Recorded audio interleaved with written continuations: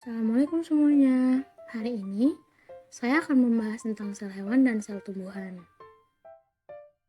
Pada pertemuan kali ini kita akan membahas 3 submateri. Pertama, sel tumbuhan, kedua sel hewan, dan terakhir perbedaan sel hewan dan sel tumbuhan.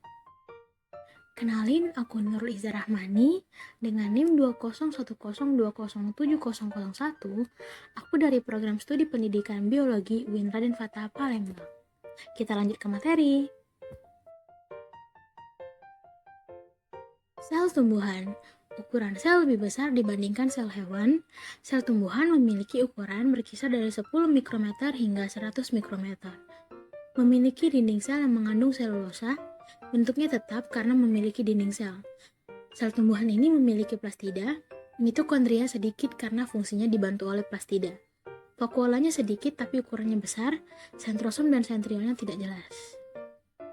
Berikut merupakan foto dari sel tumbuhan. Bisa teman-teman amati. Sel tumbuhan terdiri dari dinding sel, retikulum endoplasma yang terdiri dari R halus dan RH kasar, kloroplas, plastida, dan mitokondria yang di dalamnya terdapat sitoplasma. Sel hewan.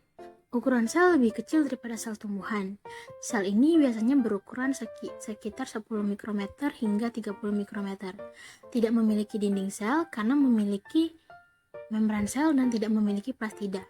Mitokondrianya banyak, vakuolanya banyak dengan ukuran yang kecil, sentrosom dan sentriol terlihat tampak jelas. Selanjutnya perbedaan sel tumbuhan dan hewan. Sel tumbuhan dan hewan sama-sama mempunyai nukleus dan inti sel, yang terletak di antara keduanya berbeda-beda. Pada sel tumbuhan, organel sel nukleus berada di tepi sel, sedangkan sel hewan posisinya berada di tengah. Nukleus memiliki sejumlah zat-zat pewaris atau genetik. Itulah perbedaan dari sel hewan dan sel tumbuhan.